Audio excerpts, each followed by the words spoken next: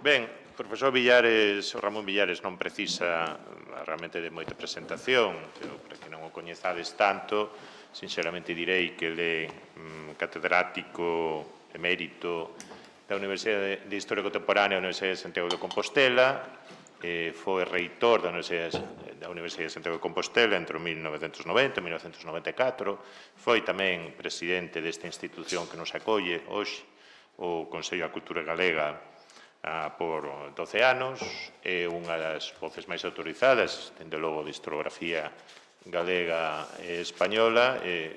Os seus eidos de investigación e de interese abranxen dende historia agraria ata historia cultural da política, nos últimos tempos cunha especial dedicación, por que podemos chamar, a análise do iberismo, da historia comparada dos diversos povos da Península Ibérica.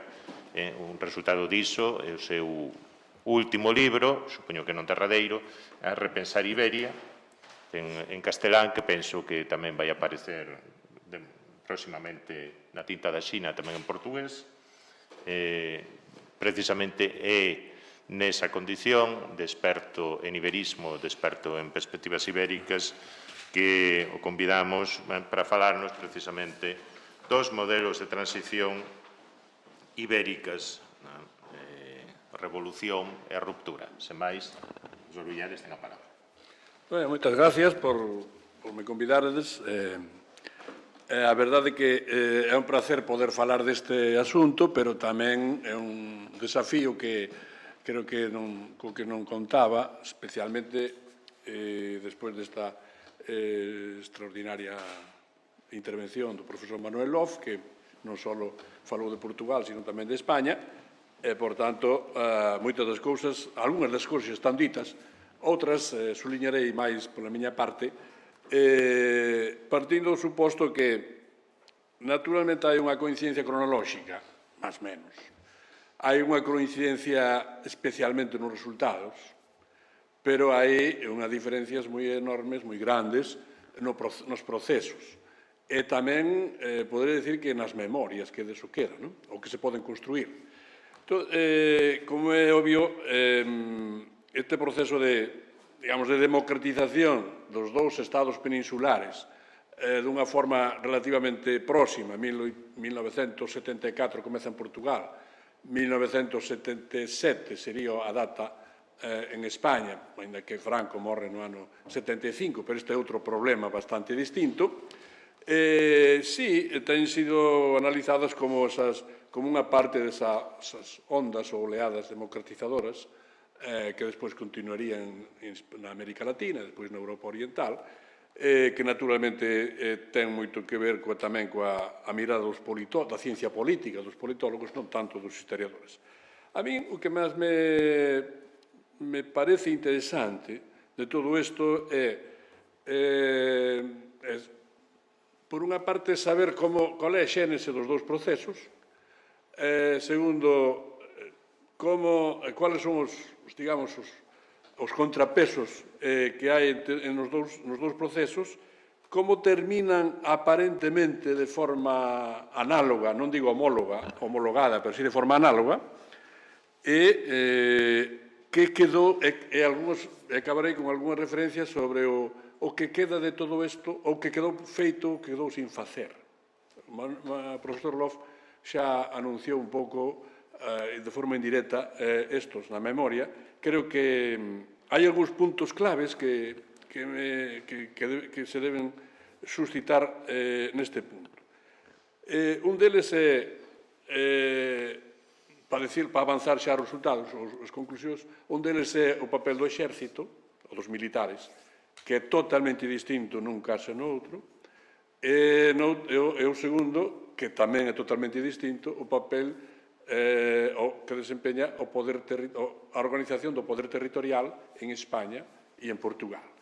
Hai un terceiro elemento que creo que ten que ver, sobre todo, co caso portugués, e é que a revolución dos cravos ou dos carabeis, aparte de ser unha eclosión democrática, socializante ou tendencialmente socialista, tivo unha inversión na historia portuguesa moi notable. E iso que explica tamén os resultados. Porque Portugal comezara no ultimato, e despois do ultimato, a un camiño bastante inverso que comezou España co desastre do ano 98. España, digamos que perdeu a última parte do Imperio Colonial e iniciou un camiño de iberizarse ou incluso acercarse a Europa dun modo distinto. Non é preciso recordar Ortega, Unamuno e todas estas opinións, pero en todo caso a súa dimensión como Estado-nación foi basicamente peninsular. E en cambio Portugal, xustamente despois do ultimato, comezou ese proceso de desiberizarse, é dicir, de ser tanto máis importante polo seu imperio colonial do que era antes de producirse o ultimato. Daí que esa imaxe que tantas veces repiteu de que Portugal non é un país pequeno, no fondo define cual era, digamos que, a base, o fundamento da identidade nacional portuguesa na República, moito na República, e tamén, naturalmente, no salazarismo. En cambio, en España sucedeu unha cousa ou algo relativamente diferente, e iso que creo que temos que ter en conta. Bueno, primeiro, a palabra transición é un pouco ambigua. Para o caso español, podemos dicir que hai unha idea bastante afirmada, que houve unha transición política no sentido de que se pasa de unha ditadura a un réxime democrático, pero hai tamén discusión sobre cando empeza e cual é a súa natureza. Baste recordar solo publicacións feitas a fin da década dos 10 ou principio do 20. Por exemplo, o libro de Santos Juliá titulado Transición, só Transición, que comeza cun discurso de hazaña durante a Guerra Civil e acaba na transición democrática, ou, por exemplo, un experto, o sea, un dirixente político bastante importante, que foi Juan Antonio Ortega y Díez Ambrona, que escribeu xa 2 volumes de memorias, sobre todo o primeiro, titúlase, creo que é o primeiro, Memorial de Transiciones. É dicir, que dalle como unha dimensión máis plural no que ten que ver pois, os partidos políticos, as correntes doctrinais e outras cousas. Sexa en plural ou sexa en singular, o que sucedeu foi que en España houve unha transición da ditadura á democracia en contra do que dicen os clásicos relativamente prevista, pero non sin saber que é o que sucedería, e no caso portugués houve unha transición imprevista e inesperada. Pero que o traballo dos historiadores é justamente saber por qué. Estes días, para revisar un pouco isto, lín algúns libros de memorias recientes publicados con motivo desta celebración, entre elas o dun político moi importante, non tanto antes da Revolución, pero sí despois, mesmo ata a actualidade, que foi Emilio Ruy Vilar, que é portuense, por outra parte. É un libro de entrevistas que se chama Memoria de 2 reximes, portanto, que é o que era o salazarismo e que é o que era a Revolución a partir dos 34, e ele en varios lugares chama a atención sobre o feito de que aquí hai un enigma. O enigma pode ser Costa Gómez, o enigma pode ser a posición do Partido Comunista en certos momentos, o enigma pode ser o comportamento colonial, e dice, teñen que os historiadores explicar isto. E el que coñece, eu creo, Ruy Vilar, creo que coñece moi ben a historia e a cultura portuguesa, fai esta referencia que me parece bastante indicativa de como realmente sabemos, pero non sabemos. En todo caso, transición sobre que? Sobre 2 ditaduras, ou a partir de que? 2 ditaduras verdadeiramente diferentes. Este é un punto moi importante, porque non son 2 ditaduras así porque sí, senón que son 2 ditaduras que teñen non só un perfil persoal dos ditadores distinto, senón un perfil organizativo e estrutural tamén distinto. O perfil persoal, pois, dano incluso os 2 propios líderes ou cabezas. O perfil de Franco é o dun militar que gañou unha guerra civil, que fai da guerra civil o seu fundamento político e moral de todo o sistema, e que é, por tanto, como creo que dixo o embaixador inglés Samuel Hoare, cando, nas súas memorias, que a súa formación empeza e acaba coa Guerra Civil. Dice o embaixador inglés no ano 40 e tantos, cando estaba en España. En cambio, o ditador portugués, o propio embaixador inglés chamalle como un pensador ilustrado, ou algo así como ilustrado, un catedrático de Coimbra, de Economía e Facenda Pública, de formación católica, conservador naturalmente, pero que dirixe unha ditadura que é relativamente distinta. Por exemplo, moitos ilustres científicos políticos como Smith ou outros, pois teñen observado como a ditadura tiña unha organización, a ditadura portuguesa, unha organización un pouco anómala. Hai 5 eleccións de presidente da República, hai 11 eleccións da Asamblea da República, de membros da Asamblea da República. Hai que ter en conta que, como se mostrou no terremoto de Delgado do ano 58, pois non eran eleccións nin limpas, nin competitivas, nin pluralistas, pero existía unha apariencia que, levo a dicirlle a Smith, que tiña aparentemente os mesmos comportamentos que cualquier outro país europeo da época, que é moito dicir. Eu non o digo, ni non suscribo, pero se o dice Philip Smith, pois habrá que, polo menos, prestarlle algún tipo de atención. De modo que era distinto o punto de partida. E isto explica, eu creo que tamén, os resultados. O punto esencial, xa o indiquei antes, creo que é o asunto da guerra civil, por unha parte, e da condición e do peso dos militares dentro das dúas ditaduras. É dicir, que a guerra civil é o resultado dunha confrontación unha sublevación, é un golpe de Estado contra a República, e logo desenvolvida con axuda internacional e todo isto, pero é o punto de arranque que legitima toda a ditadura de Franco. En cambio, no caso de Portugal, o papel dos militares é sensiblemente distinto.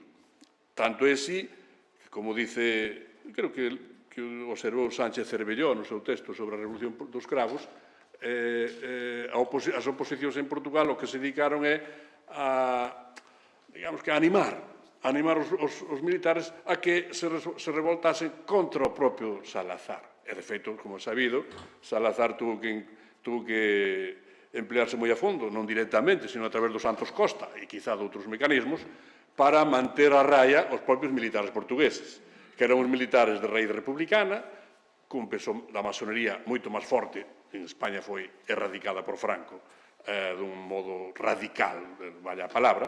De modo que a guerra civil e o peso distinto dos militares creo que marca moito o que sería despois o resultado. Poderíamos pensar tamén na natureza dos que se opoñían ás ditaduras. Si realmente tiñan algún tipo de analoxía entre os que se opoñían en Portugal e en España, se tiñan os mesmos obxectivos, se eran os mesmos partidos. Aparentemente sí, pero hai un punto tamén diferente moi importante, que o peso do exilio en Portugal era moito menos sólido, moito menos importante, do que foi o peso do exilio en España. Por qué? Porque houve unha guerra civil e houve unha derrota militar, e houve unha retirada, unha fuxida, que foi de miles e centos de miles de persoas. Si, houve conexións entre eles, naturalmente. Hai unha Comunidade Ibérica de Nacións pensada en Londres en 1944 que podía dar idea de algún tipo de alianza. Houve alianzas posteriores ou conexións posteriores no Brasil, en Europa, etc. Na revista Ibérica que publicaba en Nova York Victoria Kent, unha antiga diputada republicana española, acollíase con bastante frecuencia textos portugueses, normalmente con pseudónimo, entre eles un que escribía con moita frecuencia era o propio Mario Soares, con un pseudónimo, con varios pseudónimos, pero isto non significa que fosen análogos. Houve algún movimento exterior que os fixo análogos, que sería a acción, digamos, o programa a partir dos fins dos 50 e principios dos 60 que desenvolveu sobre a Península Ibérica o Congreso pola Libertad da Cultura. E este Congreso pola Libertad da Cultura, cuyo primer congreso no que une xustamente intelectuais ibéricos se fai na Provenza francesa en 1959, temos un testimonio que é o mellor que se fixo de cualquiera desas reunións, que foi o libro de Agustina Bessa Luís, Embaixada a Calígula, que é un libro de base literaria, pero que ten unha información precisa e moi interesante en moitos aspectos sobre como Europa vía os intelectuais ibéricos. Os intelectuais europeos vían os intelectuais ibéricos. En todo caso, con independencia desto, esas reunións comenzaron a facerse durante os anos 60 de forma progresiva. De modo que houve algunhas alianzas, pero non chegou a oposición política de raíz republicana, ou raíz socialista, ou raíz comunista, a facer unha alianza dos dous estados ibéricos. De modo que o que os une realmente máis ben é o tempo, o sea, é o momento en que se produce a ruptura ou a reforma. Non os une tanto nin os procesos nin os medios con que actúan, algunos despois os resultados, ou bastante os resultados. Creo que como sucede Abril xa está contado tantas veces, e aquí xa tamén deu algunhas pistas moi pertinentes Manuel Lof, por tanto que non é moito do caso volverse. Solo sinalar, primeiro, que Abril o goberno digamos que non tivo ningún apoio. Naide saeu a defender o goberno. Recorda un pouco a Revolución de Outubro do ano 1910 e ese famoso suicidio de Cándido Reis, cando observou que sendo o jefe da conspiración ás 5 da mañá ainda non había naide polas ruas de Lisboa. Estou perdido. Caetano non se suicidou, pero realmente non tivo naide a favor, ou naide combateu a favor del. Isto, sumado que a Policía Política, xa transformada de PIDE en Dirección Xeral de Seguranza, creo que era así, non? Tampouco non actuou. Aquí hai un dos misterios que sinalan moitos autores, en fin, incluso o último libro da Irene Pimentel, ou tamén as memorias, creo que as memorias tamén do propio Rui Vilar falan sobre isto, sobre este misterio de que a Policía Política se dedicase a seguir vixiando a comunistas ou a obreiros, non os militares, que eran os que estaban realmente conspirando, á vista de casi de todos. A propia Irene Pimentel publica hai pouco unha conversa telefónica entre dous militares, a fins dos anos 73, está gravada e está aí publicada, e estaban dando pistas sobre onde nos reunimos, onde non facemos, o que facemos isto, non facemos outro. Por tanto, verdadeiramente a ditadura portuguesa neste punto tiña algúns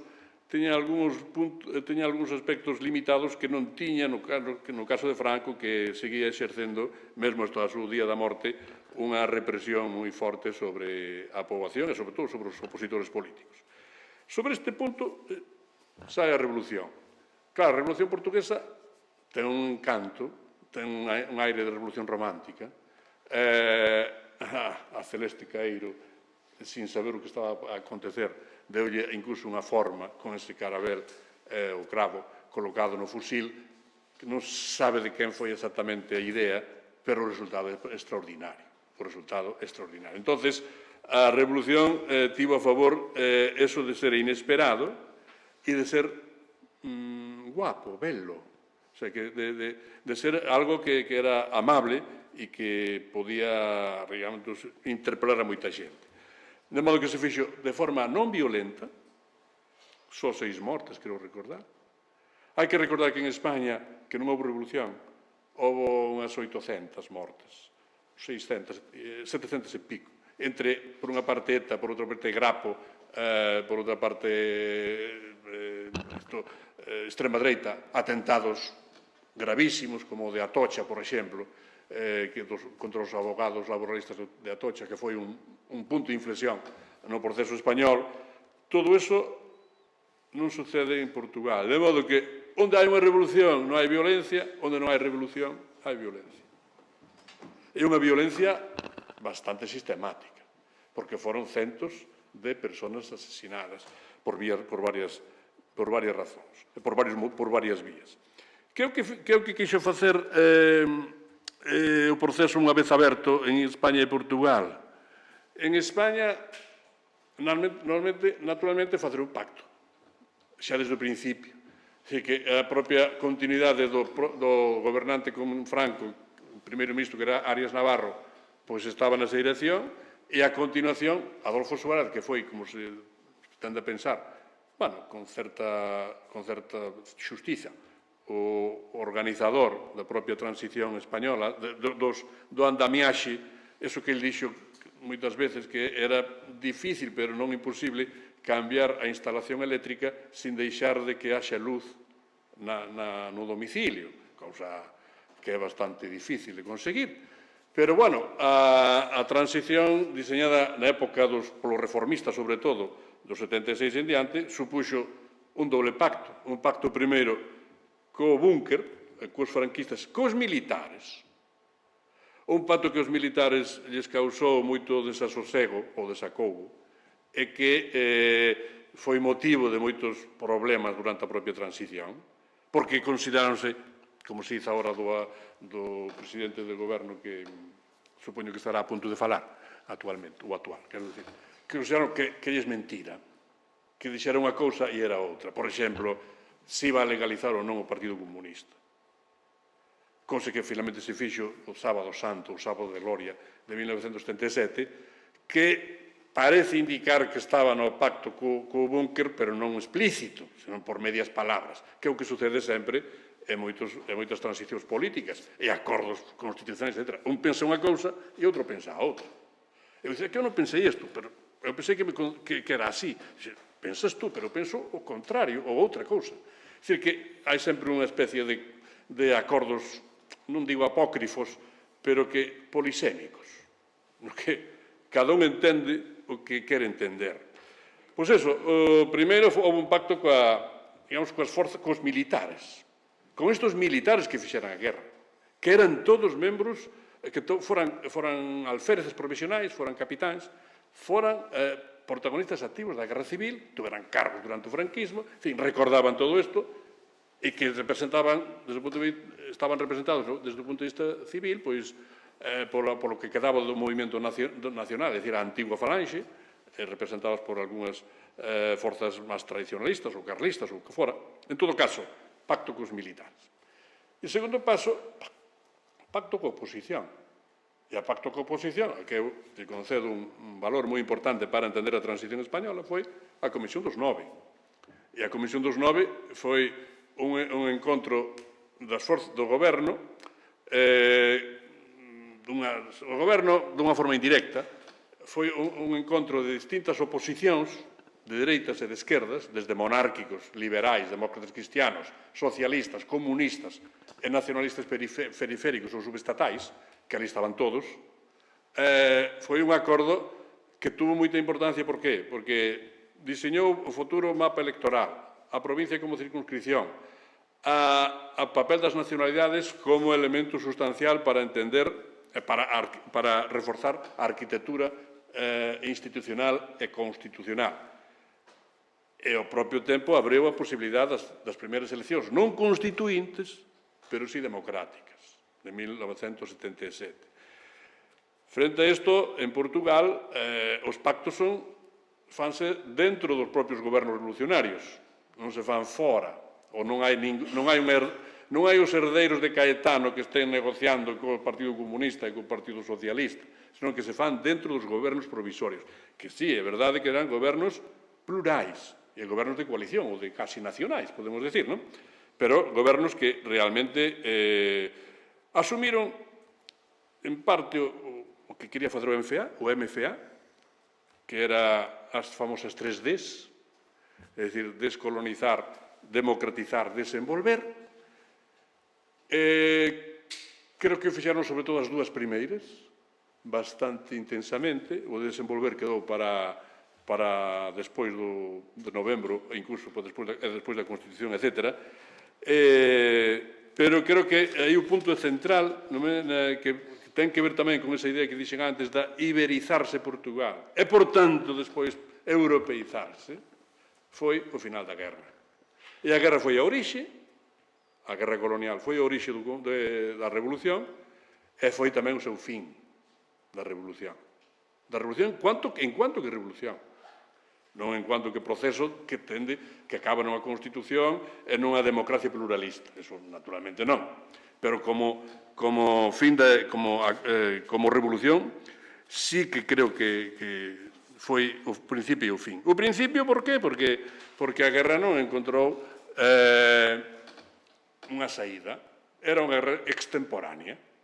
Unha guerra que estaba, xa ahora se acaba de dicir, casi 1 millón de personas nos frentes e outro millón de personas que se marcharon de Portugal dando o salto a Francia. Hai máis ou menos 1 millón de portugueses que se asenten en París durante os anos 60, principios dos 70, e hai outro millón que vai á tropa, sin saber moi ben a que, pero claro, nesta tropa están os soldados, sexan refractarios ou insumisos ou prófugos, algúns deles, como xa se acaba de dicir, creo que chegou a ser casi do 20%, sumado todo, non? Según Cardina, me parece.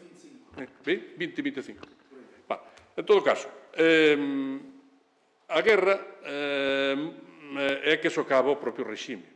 E precisamente que sexa Spínola, co seu libro O Portugal do Futuro, e todas aquelas interquinencias que houve entre os generais e o propio Marcelo Caetano, que si as demandas corporativas, a Brigada do Reumático, todas aquelas cousas, estaban mostrando como había como unha sorte de carcoma por dentro do sistema. E a guerra mobilizou non só os xenerais, senón tamén os capitáns, e isto foi, creo que, unha solución, digamos, un acontecimento moi importante.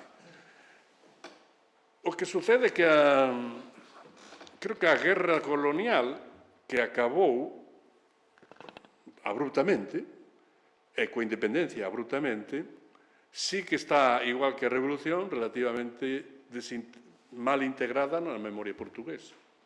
A revolución, xa acaba de decir Manuel que ten algunhas limitacións de integración, pero tamén a guerra, porque a guerra creou, en fin, nos retornados, unha grande incomodidade. Na política, unha grande escisión. Eu vin algúns textos, por exemplo, que se falaba de Soares como un fascista. Soares foi ministro dos negocios estranxeiros, máis ben favorable que, bueno, isto hai que acabarlo cuanto antes. Non queremos saber nada. Por tanto, desentenderse deso, cual é moi grave. Por exemplo, o primeiro, non sei se foi o último diplomata que estuvo en Angola, o primeiro que debía estar, que era Teixeira da Mota, conta bastante ben todo aquilo que sucede. É dicir, como recibe telegramas do goberno, como se transmiten na prensa angolana naquela altura e que é o que está vendo nas rúas. Todo isto caixa moi mal. É dicir, que vamos a ver se recupero unha frase dele ou dúas. Más ou menos xa a finais do ano 75, xa se producira, xa acababa de producirse a independencia de Angola, fai unha reflexión que dice: Portugal raro pensou en Angola e foi con alivio que veu atrás de sí o 11 de novembro. Agora nada o fará repensala. África, adeus. Di o diplomata que ainda estaba naquela altura, depois xa foi por outros lugares, que ainda estaba en Luanda. É dicir, e o de Timor xa non ten explicación. É dicir que a guerra foi a orixe, pero a guerra tamén foi unha lacra, un punto negro da propia Revolución Portuguesa. En todo caso, logrou... Como vou o tempo? 10 minutos. En todo caso, a Revolución logrou a descolonización dunha forma non pensada, probablemente, abrupta, pero, en fin, aí está. E foi, digo que tive influencias no curso da Revolución? Sí, porque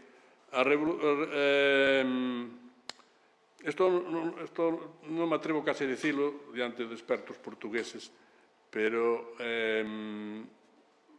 teño lido en algún sitio que a revolución mudou de signo e a posición do Partido Comunista tamén, unha vez conseguida a independencia de Angola a favor do MPLA, a favor de Agostinho Neto. Eso non digo eu lino nalgún texto dun antigo ministro, ben é verdade que é un ministro socialista, Antonio Barreto, que máis ou menos que é revisionista da reforma agraria e de tantas cousas, non? Pero que máis ou menos ven a decir que iso tamén o dice Kapuscinski, o dice tamén Teixeira Mota. É dicir, a partir do novembro de 1975, cos cubanos ali, cos soviéticos mandando dunha forma directa e indirecta ali, apoiando a Agostinho Neto frente a Olden Roberto e a Savimbi. Bueno, todo isto dice Antonio Barreto que a partir de aquel día, 11 de novembro, 1975, Álvaro Cuñal soubo que tiña a súa misión cumprida. Ustedes dirán. Non sei se isto é admisible ou non. En todo caso, que a cuestión colonial está no inicio e no final da propia revolución. O segundo punto, xa foi, non me pararei moito nele, porque é o que tratou Manuel Lof, que é o punto da transformación política de Portugal, digamos, na dirección da segunda D, democratizar. Esta segunda D era o obxectivo xa do programa do MFA. Enténdase democracia como se entende. Porque hoxe estamos entendendo democracia como estamos vendo hoxe, incluso coas súas lacras, pero máis ou menos unha democracia plural, participativa, etc. Como incluso en España contou despois un ilustre analista e tamén militante ou comunista no seu tempo, que foi Javier Pradera, non sabíamos que democracia estábamos reivindicando. Podía ser unha democracia popular, unha democracia de orientación socialista ou socializante, podía ser unha democracia burguesa, cousa na que ninguén pensaba. Por exemplo, xa foi dito aquí bastante, en Portugal, por que o partido de dereitas non se chama socialdemocrata? Porque era o menos malo que podía tomar para definirse como tal. Os demais eran socialistas, comunistas, maoístas, o que fora. Ser un demócrata cristiano non era viable. Había cristianos ou había católicos, moitos. Pero, entonces, que quero dicir con isto que a fase, en fin, de construir a democracia, temos que definir primeiro que é democracia, non?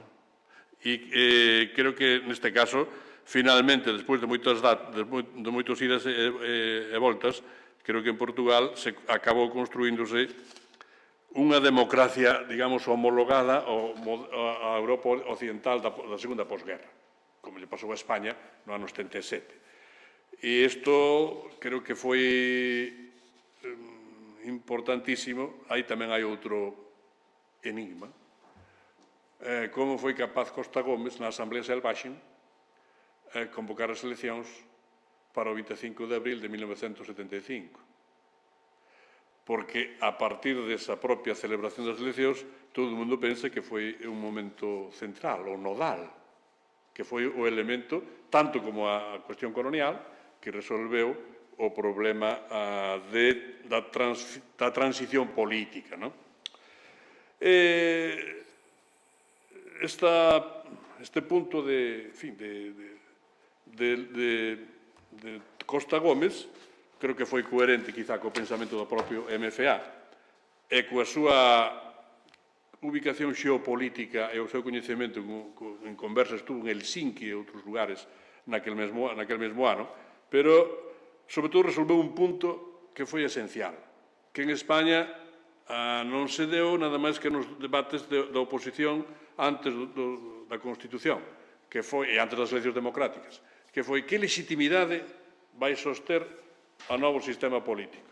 Unha legitimidade política electoral, popular, digamos, mediante votación, ou unha legitimidade de feito revolucionaria, que era o que, en moitos sentidos, defendeu Álvaro Cuñal e outros, non só Álvaro Cuñal, no ano 75, como forma de opoñerse, primeiro, ás eleccións, á súa celebración. Houve voces que pedían voto en branco, ou non participar, que non foron atendidas porque participou unha gran maioría, e logo houve resultados inesperados, como sucedeu tamén en España. En España houve resultados no ano 77 e logo 79 e 82 que consolidaron unha opción socialdemócrata desde o punto de vista electoral. En Portugal, o partido gañador en 1975 foi xustamente o Partido Socialista. Un Partido Socialista que, como tal, levaba 4 anos fundado, ou 5 anos, non sei, non me acordo. Había Acción Socialista antes, pero como Partido Socialista, creo que foi no ano 73, non? Por tanto, 3 anos levaba de funcionamento.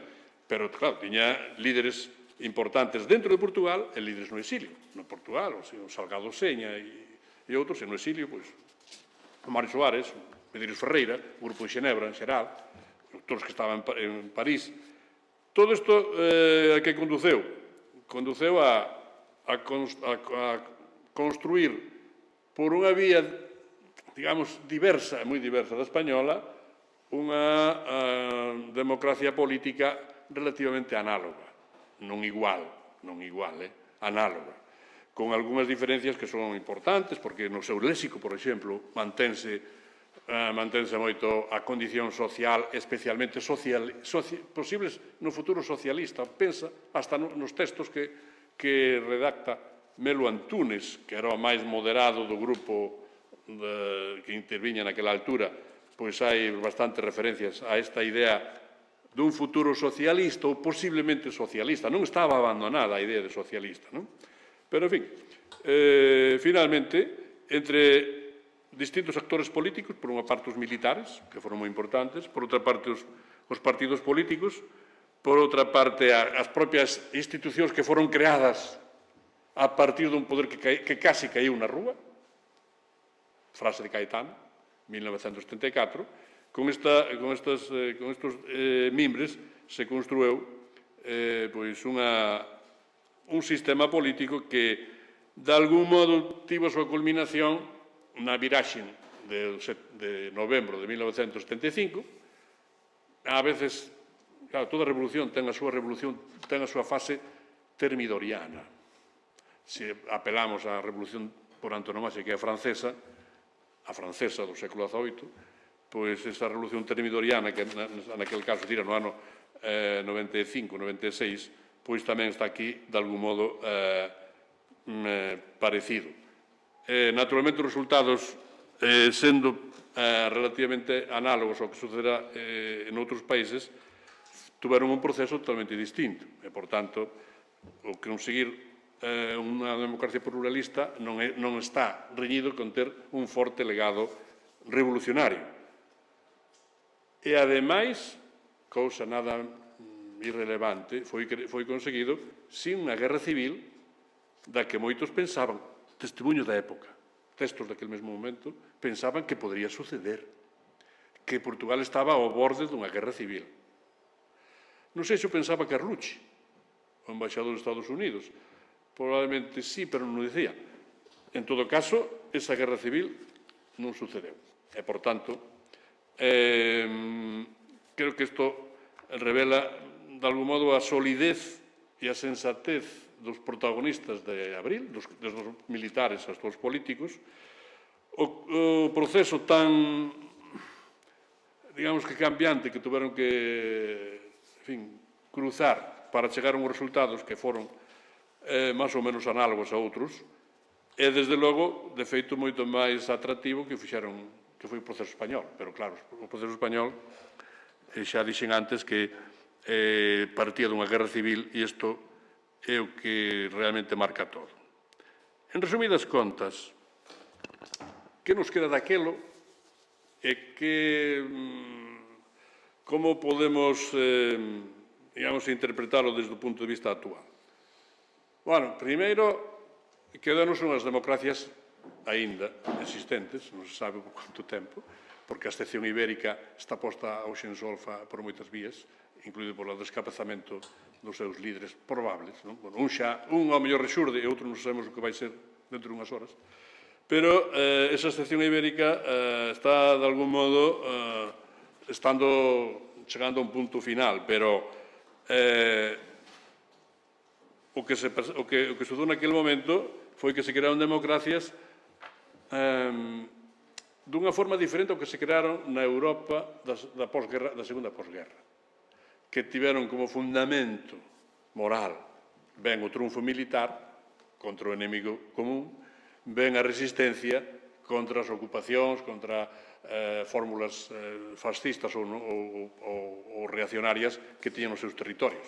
Hai un texto que a mí me gusta, pero non de todo, que conta parte desto a propósito dunha viaxe que fixera moitos anos antes, que é o de Rosana Rosanda, a comunista italiana, que escribeu un libro nos anos 80 titulado Un viaggio inutile. E nese viaggio inutile conta a súa experiencia de cando a España a comprobar como estaba a situación do Partido Comunista en 1962. Claro, a miña dúbida é, o que ela conta é o resultado da súa viaxe ou o resultado de como se resolveu a transición en España. Estou máis ben pensando que nesta segunda fase, nesta segunda posición, pero ela fai trampa, non o di. En todo caso, termina con unha reflexión que é moi importante, que é: pode unha democracia nacer a partir dun fascismo ou dunha ditadura? Pode mutarse pola súa propia capacidade, da sé, dice ela, da sé, en democracia? Se se pode facer así, entón a democracia está moi próxima ao fascismo, ou estaría moi próxima ao fascismo. Según isto, a natureza das dúas democracias ibéricas sería distinta. A de España, moito máis próxima ao que era a ditadura, a de Portugal, máis diferenciada do que era a ditadura, con independencia que gobernen dereita, esquerda, socialistas ou comunistas cando estaban no goberno, ou demócratas cristianos, ou incluso populares. De modo que o resultado foi igual, pero ten algunha diferencia. E logo, hai outros dous aspectos que me gustaría digamos que suliñar. Primeiro, que en España, se en Portugal o peso dos militares foi decisivo neste proceso, en España isto foi resolto, máis ou menos, por tanto, non hai que preocuparse sobre iso. En España, un dos problemas máis peliagudos de todo o proceso democrático foi xustamente a organización do poder político territorialmente. É dicir, a conestación, máis ou menos, que está na propia Constitución, de nacionalismo español e nacionalismo estatal, diríamos, e nacionalismos subestatais, que era un dos asuntos que viña da República, que viña xa da Primeira República, que marcara a propia Guerra Civil, que tiña un componente nacional, non porque o dixera Franco, senón porque había distintos modos de entender as nacións nos que estaban, como ten demostrado ben Xosé Manuel Núñez no seu libro ese Fuera el invasor. É dicir, que había confrontacións nacionais de moitos estilos. Todo isto emerxe de novo na transición, e na transición é un dos puntos de debate importantes. Cando antes falaba da Comisión dos Nove, a Comisión dos Nove tuvo 3 representantes das nacionalidades. Había un representante catalán, un representante vasco, un representante galego, cousa que se esquece con frecuencia. Hai moitos historiadores, mesmo de esquerdas, que, falando da transición en España, da Comisión dos Nove, pasan ampliamente, non diz nada. Foi unha reunión de café. Como? Unha reunión de café. Foi un gran pacto. Pero foi un gran pacto endeble, que está no artigo 2 da Constitución.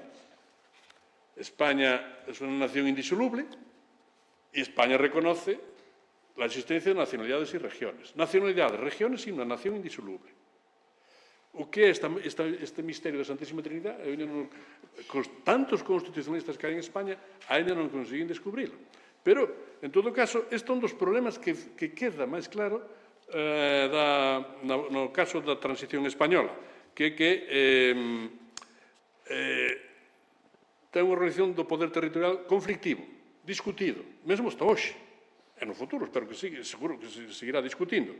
Cosa que en Portugal, quizá polo seu propio tamaño, quizá pola forte nacionalización política e cultural dos seus cidadáns, pola tardanza en introducirse neste campo de europeo que antes se dicía. Todo isto permite pensar que Portugal este problema está resolto. Logo, hai outros asuntos que, en fin, que habría que discutir tamén, pero creo que son máis transversais e menos susceptibles de ser abranxidos, digamos, de unha forma concreta. Hai un punto que, sobre todo, pero que a mí me parece moi importante na situación actual, tanto en Portugal como en España, e que ten que ver con esta chamada eliminación da excepción ibérica, por chamarlo dun modo, que é o papel da xusticia e do Poder Judicial. Ahora estou vendo que se publican en Portugal algúns textos que nos queda sin acabar da revolución. É un dos puntos, aparte de cuestións de xénero ou cuestións de calidade da democracia e todo isto, un dos puntos é xustamente a xusticia. En España ese debate non está porque ainda está actuando.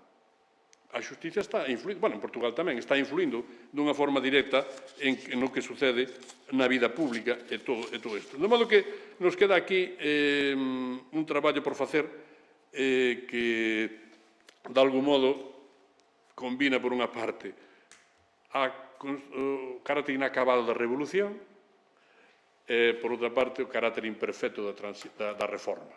A reforma española ten limitacións que non foron abaneadas mesmo no seu tempo, non foron, como en Portugal, cambiadas ou intentada cambiar dunha forma eficaz, e isto sigue marcando as dúas democracias ibéricas dunha forma relevante. Ahora, para acabar con un punto optimista, se algo tuvo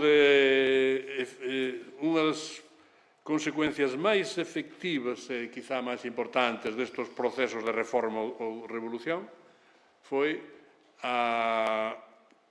digamos que a consolidación dunhas democracias pluralistas e competitivas e o ingreso conxunto na Unión Europea no ano 86. 85, facéndose efectivo o 1 de xaneiro do 86. Creo que isto permite pensar con algunha, en fin, non sei se entusiasmo, con algo de confianza, pero sí, polo menos con tranquilidade, o futuro dos dous países, das dúas democracias, neste mundo tan convulso no que hoxe nos encontramos en España, en Europa e no resto do mundo. Non quero ser agorero e espero que, sobre todo, a propia dimensión europea que tomaron en distintos momentos, tanto España despois do 98 como Portugal coa Revolución dos Cravos, sexa o garante de futuro para os dous Estados, por agora os dous Estados nacionais europeos. Algún día serán outra cousa, pero non sabemos que serán. Gracias.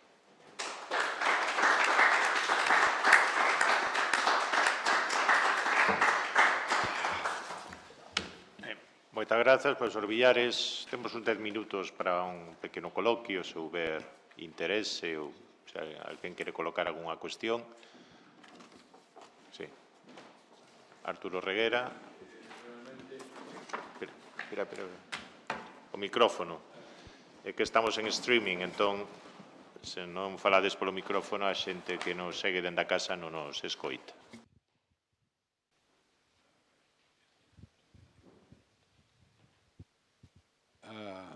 Aló.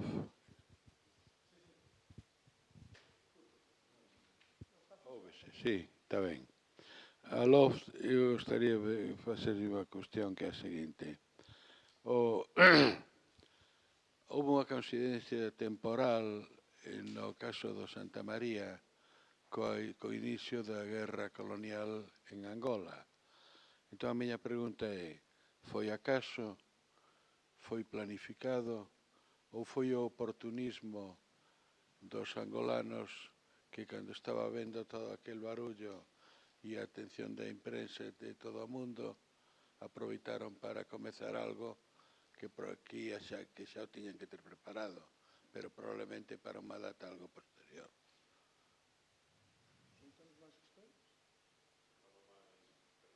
Eu teño máis.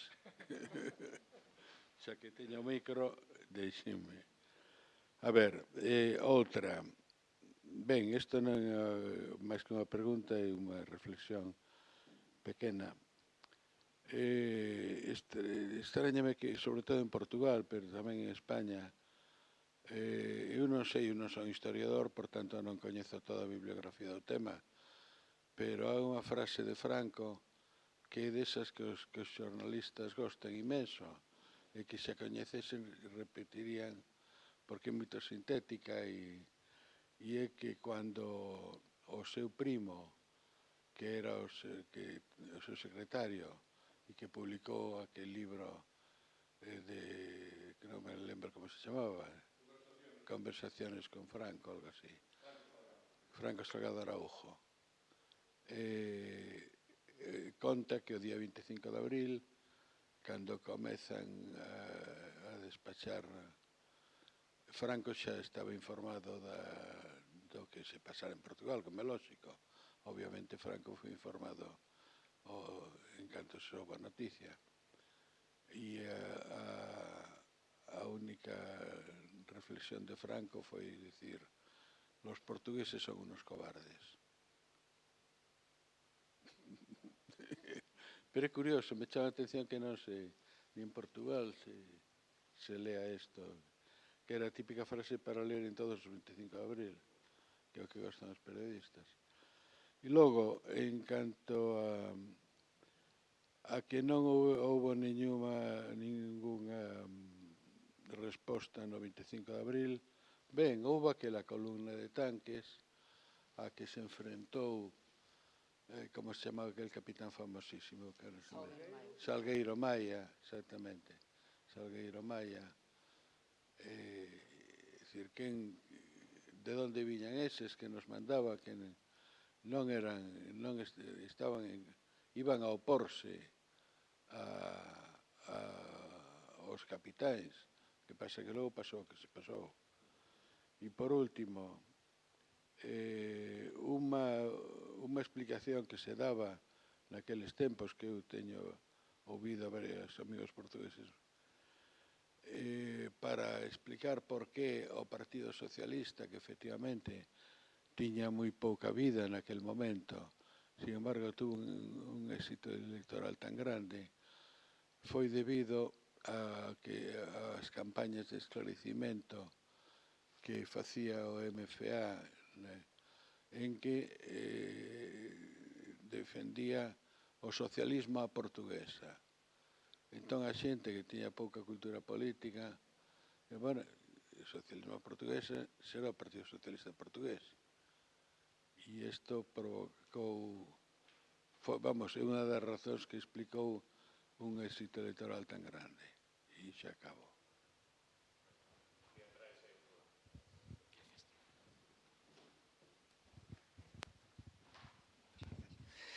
Muito obrigado. Adorei as duas conferências. Muitíssimo obrigado. Aprendi muito. Tenho duas perguntas. Não sou historiador e, se calhar, peço desculpa se for, digamos, a minha falta, digamos, de conhecimento. O Manuel Loff falou da legitimidade militar e eleitoral e eu pergunto-me, como também se fala muito do processo popular, se não podemos falar em certo sentido, de uma legitimação popular neste sentido. Os processos populares, evidentemente, eram muito diferentes em Portugal e na Galiza, mas, digamos, acho que seria uma questão interessante. Depois também, em termos em relação aos paralelismos, tenho outra questão, outra dúvida minha, que é que, segundo, digamos, os meus poucos conhecimentos, tanto o Partido Socialista em Portugal, como também o Partido Socialista Obreiro Espanhol, tiveram fortes relações com a Fundação Friedrich Ebert, do SPD alemão.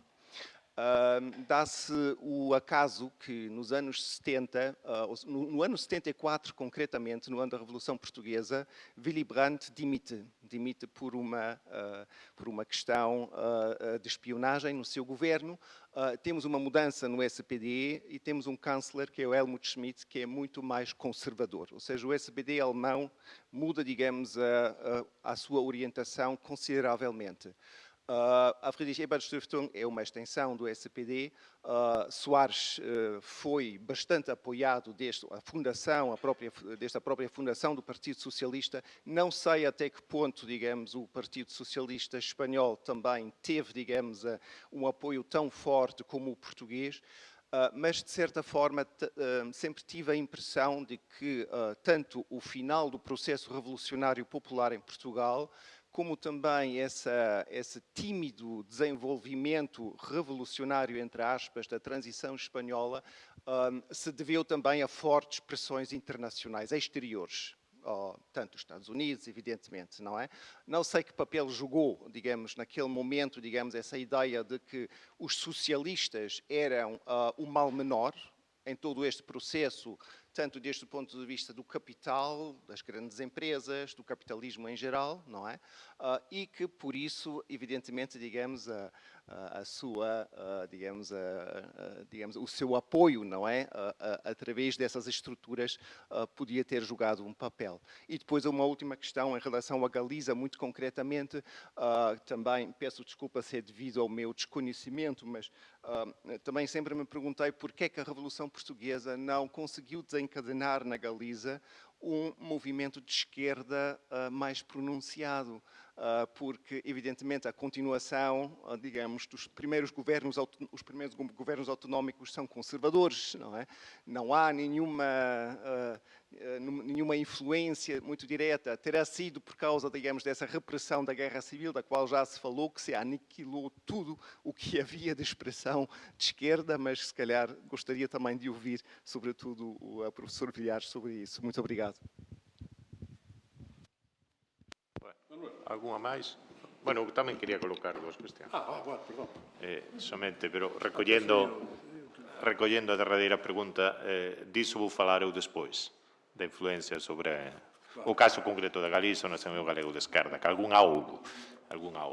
Ben, non, eu teria, xa que os dous mentaxedes, de alguna maneira, tamén o peso da memoria histórica, se quere, sobre todo no caso español, coñecida tese da Paloma Aguilar, e despois máis ou menos xa aceite, non? Que a memoria da Guerra Civil foi un factor que influiu na predisposición das elites a negociar, e mesmo dos militares a non ir tal vez demasiado longe, ainda que este aspecto menos coñecido.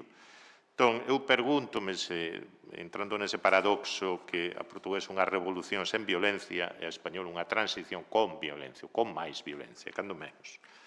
E pregúntome se no caso portugués houve algún influxo, o lapso temporal era maior, obviamente, mas algún influxo do que fora o período de inestabilidade e de violencia política da fase final da Primeira República Portuguesa. Timentaxe desde o caso de Sidonio Pais, como errou asasinado, houve ministros como asasinados, foi un período moi violento. O primeiro ministro. O primeiro tamén. Quero dicir que, claro, dentro desa imaxe amável da Revolución Portuguesa, dese mito, desa icona tan expresiva da Revolución dos Cravos, pacífica, etc., iso tamén encaixaba dentro dun estereótipo que é o do portugués como pobo saudoso, pacífico, etc., etc. Mas o certo era que 60 anos antes a situación era moi diversa, non é? Entón, non sei se, en algún momento, esa fantasma, digamos, da división dos primeiros anos 20, Portugal algunha vez foi evocada, xogou algún papel. Neste senso, tamén a victoria, bueno, o bo resultado do Partido Socialista, o feito de que adiantase o Partido Comunista nas primeiras eleccións na España no 1977, atribúese en parte a memoria histórica, a memoria da forza do Partido Socialista na Segunda República. Mas no caso portugués, ese factor en parte non existe. O PIES era moi recente, efectivamente, case unha fundación alemá, ainda que tiña líderes influentes. Entón, como é que ti explicas ese sorpaso imprevisto tamén do PIES nas eleccións do 75. Mais nada.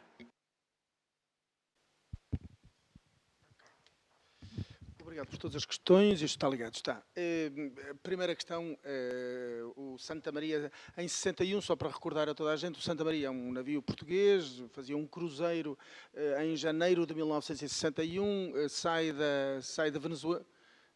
Mas era turístico. Não, naquele momento era turístico.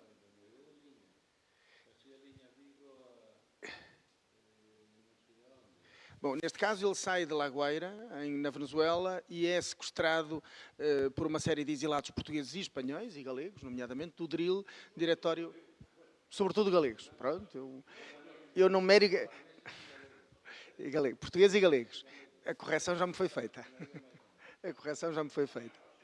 E então, do Diretório Revolucionário Ibérico de Libertação. Efetivamente, os nacionalistas angolanos em Luanda, como há notícia, este processo vai durar 15 dias, basicamente, do sequestro do navio, que de resto é rebatizado Santa Liberdade, não é? Pronto. E há jornalistas que conseguem chegar ao navio e fazer reportagens. Há uma tentativa, o governo português tenta acionar a NATO, mas Salazar tenta acionar a NATO e, portanto, a aviação e a armadas britânica e norte-americana. Os norte-americanos, o início da presidência Kennedy, são os primeiros dias, e eles rejeitam.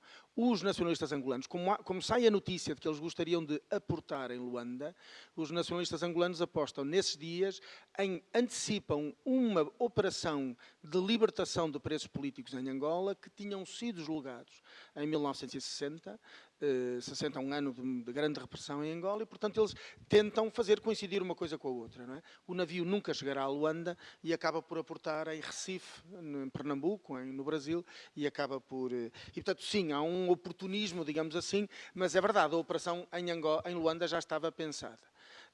E é verdade, tanto é assim que acabará por, eu acho que o fim do Santa Maria é 20 e tantos de... Não, é capaz de ser os primeiros dias de fevereiro, e o assalto às prisões de Luanda será a 4 de fevereiro de 1961, que na fundação da independência do Estado angolano acaba por ser hoje o 4 de fevereiro, é um feriado nacional em Angola.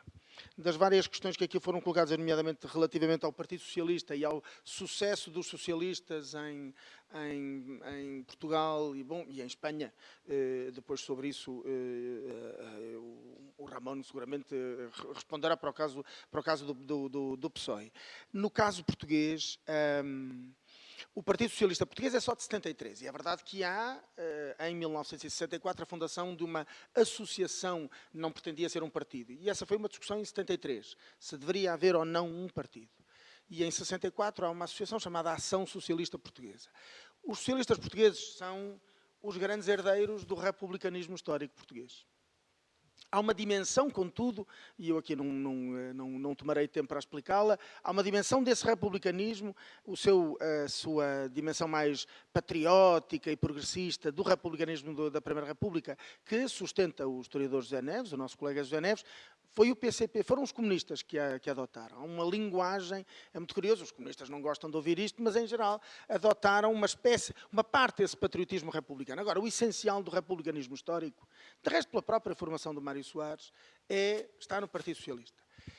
E há um sentimento, eu tenho uma explicação, eu nunca estudei em detalhe os resultados eleitorais de 75 para tentar ver os bons resultados do PS, mas há uma explicação importante. Nas ficções eleitorais, nas farsas e ficções eleitorais do salazarismo, só a partir de 1945 é que são admitidas listas alternativas, não podem ter o nome de partidos, listas de comissões eleitorais, a partir de 45, e as oposições apresentam-se sempre, quase nunca chegando às urnas, portanto, apresentam-se, fazem a campanha, repressão em cima delas, polícia política refresca a informação e elas retiram-se, denunciando a fraude eleitoral, retiram-se antes das eleições. 58, o Delgado é uma exceção. Todas as eleições de 45 até 69, excluída 69, a única linguagem comum ao conjunto da oposição, comunistas, sociais-democratas, que depois viram socialistas, republicanos liberais, é o republicanismo. Os congressos da oposição democrática são congressos republicanos. O PS herdou, os socialistas herdaram o que era. E o republicanismo português não é pouca coisa. Tanto não é. Só para dar um exemplo, eu não vou demorar, só para dar um exemplo. A negociação da concordata de 1940 demora, bom, não demora 14 anos, porque a negociação só começa em 33, mas só ao fim de 14 anos de ditadura é que a ditadura, primeiro militar e depois salazarista, conseguiu abolir o divórcio. E quando aboliu o divórcio, ainda aboliu em termos até muito laicos, que é todos os casais católicos casados religiosamente até ao momento da concordata continuam a poder divorciar-se. Bom, o republicanismo tinha um peso muito forte naquilo que era o pensamento liberal e o pensamento democrático, forçosamente português. Os republicanos, as famílias republicanas, os republicanos da oposição moderada dos anos do salazarismo, entraram todos, ou quase todos, 80% no PS, 20% no PPD, no maior partido do centro-direita. Eu acho que é em grande medida aí que está. E depois pode haver a explicação relativa ao peso das campanhas de dinamização, era o nome. Esclarecimento é uma das formas de campanhas de dinamização do MFA, realizadas por soldados e por voluntários, jovens estudantes universitários, que iam pelo mundo fora, pelo mundo Em Portugal havia, em 74, era 18%, não, em 70, no recenseamento de 70, 18% da população era analfabeta. Muitas vezes dão-se números superiores, mas não, na altura é muito alto, mas eram 18%. Ora bom, e agora uma outra questão que aparece relativamente a estas, sobre, por um lado, poder popular e legitimação popular, efetivamente, e é verdade. Não só os movimentos sociais são centrais na democratização portuguesa. E a revolução tem muito pouco de top-down, é claramente bottom-up, não é? Pronto, essa é uma revolução vinda de baixo. Ou melhor, a democracia acaba por se construir em grande medida vinda de baixo. Estou totalmente de acordo. Agora, a questão que coloca sobre um minuto para explicar esta questão do peso ou não do fator internacional no processo democratizador português, e eu atrevo-me a dizer no processo democratizador espanhol. É relativamente sedutor, em setores muito diferentes, no caso português, à direita e à esquerda, dar uma explicação centrada nos fatores internacionais. E eu dou uma explicação que é impopular, mas que a mantenho. Ainda outro dia em Oviedo, o José Manuel Linhas Seixas só estava à distância, tive com o António Munhoz, que é o grande investigador espanhol que estuda o peso da Ebert Stiftung, da Fundação Friedrich Ebert, no processo em Portugal e em Espanha. Eu normalmente reivindico contra os cientistas políticos o meu estatuto de historiador e de historiador social. Os grandes processos de mudança não é a geopolítica que os define. Os grandes processos de mudança social, à escala... Pergunta, mas não há influência? Claro que há influência. Mas os alemães, mas o governo francês, mas o governo trabalhista britânico do James Callaghan não disponibilizou recursos para a possibilidade de, no 25 de novembro de 1975, a esquerda militar tomar o poder em Lisboa e ser necessário fazer um governo alternativo no Porto? Sim, mas os norte-americanos não substituíram por Carlucci, um dos homens mais importantes da CIA, o topo da sua embaixada? Claro. Mas não houve articulação entre Igreja Católica, Partido Socialista, tese pioneira do José Sánchez Cervelló, Igreja Católica, Partido Socialista, partidos da direita, Embaixada norte-americana. Sim. Foi isso que decidiu o desenlace da Revolução? Não. O desenlace da Revolução, em grande medida, é um aspecto que eu aqui não mencionei, mas em grande medida está, mas o Ramon Villares mencionou, de alguma forma, que é, a partir de 25 de abril de 1975, ainda que houvesse sempre uma legitimidade revolucionária, foi a legitimidade eleitoral que triunfou sobre a revolucionária. E é isso que explica, os socialistas ganham as eleições, o PPD, maior partido do centro-direita, fica em segundo lugar e o PCP apenas em terceiro. O conjunto da esquerda chamada revolucionária, PCP e o resto, são 20% dos votos. A partir desse momento, entendeu-se claramente que, e é verdade, houve 6% de votos brancos. E o apelo não partiu de nenhum partido da esquerda, o apelo partiu de uma parte do MFA. Não. Era primeiro-ministro e nunca apelou nesse sentido. Não.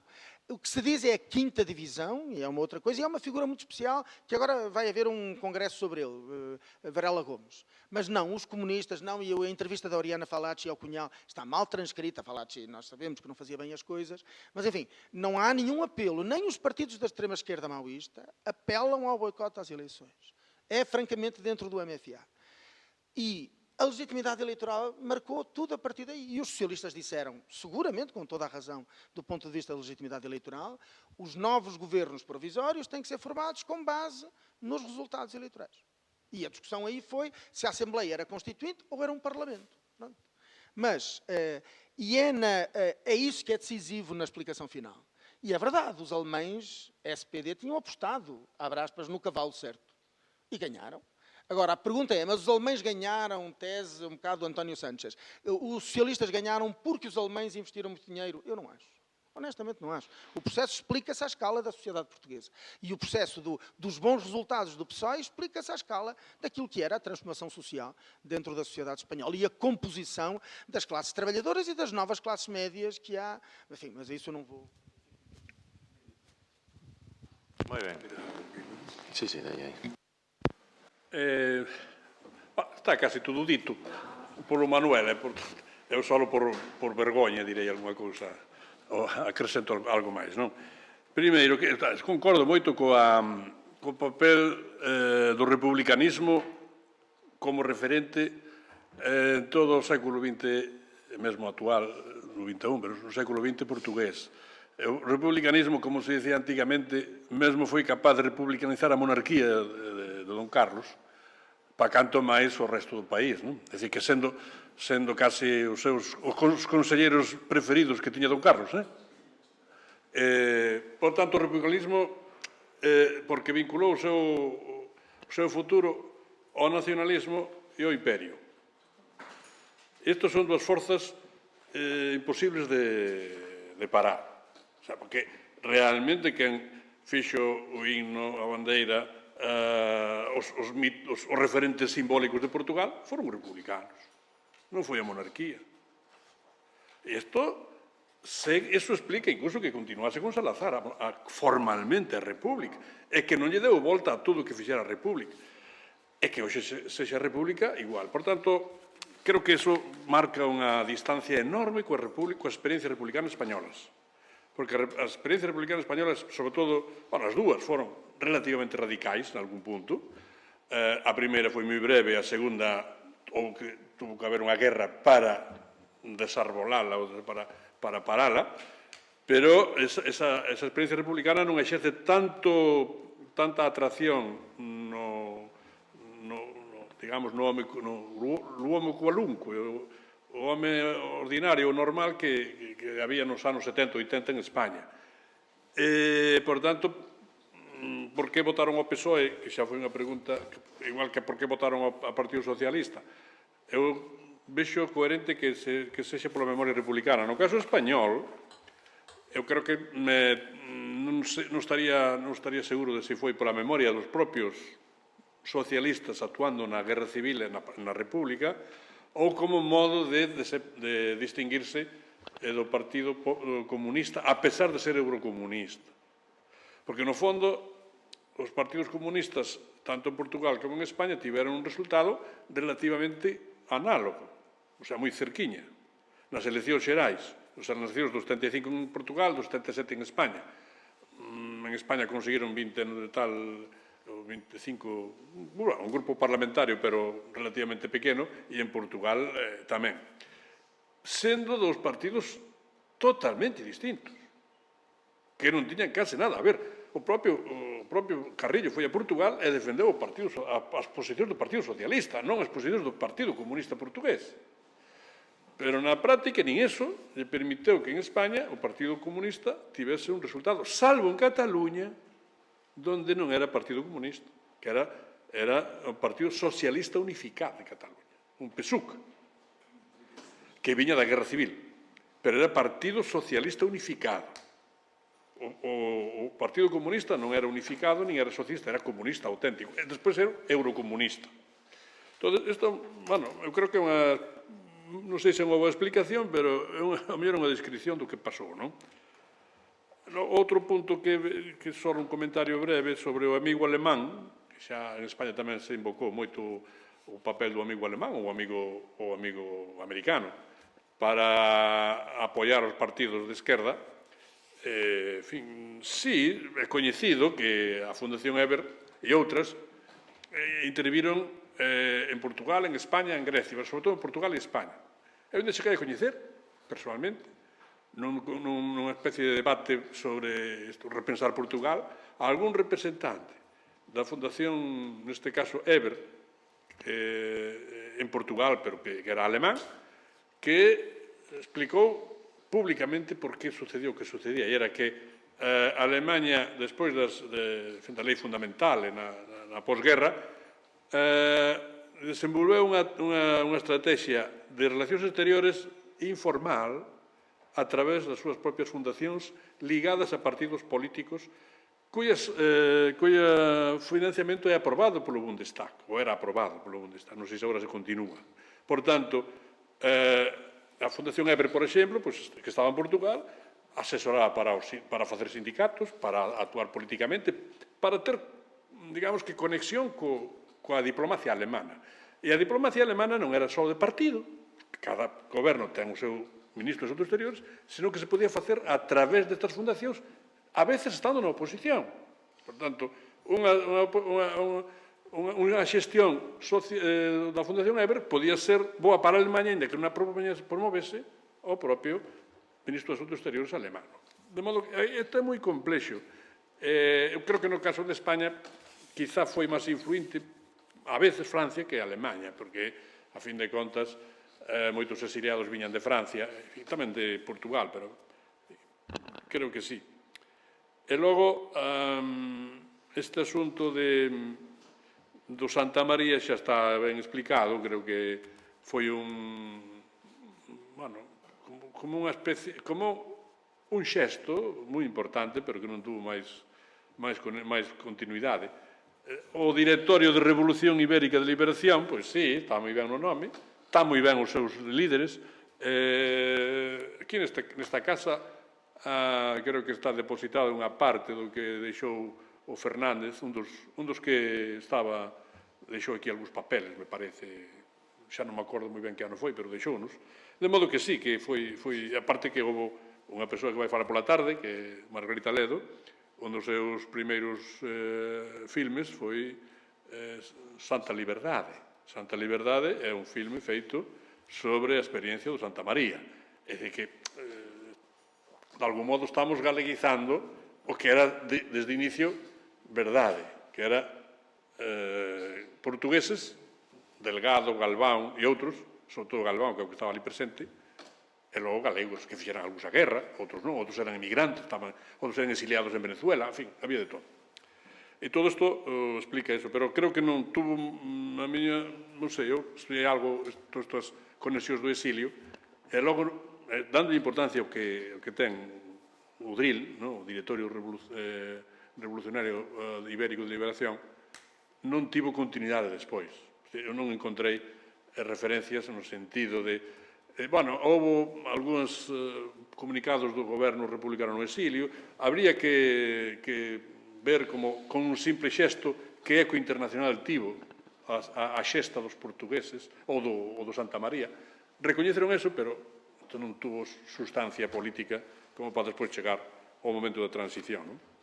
E o demais, creo que xa o de Galicia xa vai explicar o profesor Núñez Seixas, ou se non facemos a pregunta daquela, ou Fancha. Se concorda o noso amigo. Moi ben. Moi ben, moitas grazas. Também lembrar a respeito do influxo das fundacións. A Fundación Adenauer, é dicir, a democracia cristiá alemá, fixo, polo menos no caso de España, unha aposta moi decidida por aquela federación de la democracia cristiana. Sí, de Ruiz Jiménez. De Ruiz Jiménez, Gil Robles, etc. E o resultado foi desastroso. E despois tamén hai que ter en conta algo que quizás Antonio Muñoz non ten tan en conta. A Fundación Eber, tamén Adenauer, intervir en Latinoamérica, estaba moi presente en Chile antes, nas vésperas, digamos, da chegada ao poder de Allende. Non apoiou despois moitas das políticas da Unidade Popular. E despois tiña unha sorte mala consciencia porque foran conscientes do que acontecera en Chile por retirar, por non apoiar, por non entender, por ter un mal entendemento con Allende. Isto é unha historia que se conta pouco porque é políticamente incorrecto, xa que despois Allende foi o grande mártir, digamos. Non? pero en parte aprenderan da experiencia chilena, porque xa se aludiu, a Revolución Portuguesa, a Revolución dos Cravos, ten lugar apenas 7 meses despois do golpe de Chile. Son como dúas experiencias que se retroalimentan. Ben, imos con algo de atraso, por tanto, a breve pausa café, ímola reducir a 10 minutos, vémonos aquí a 35.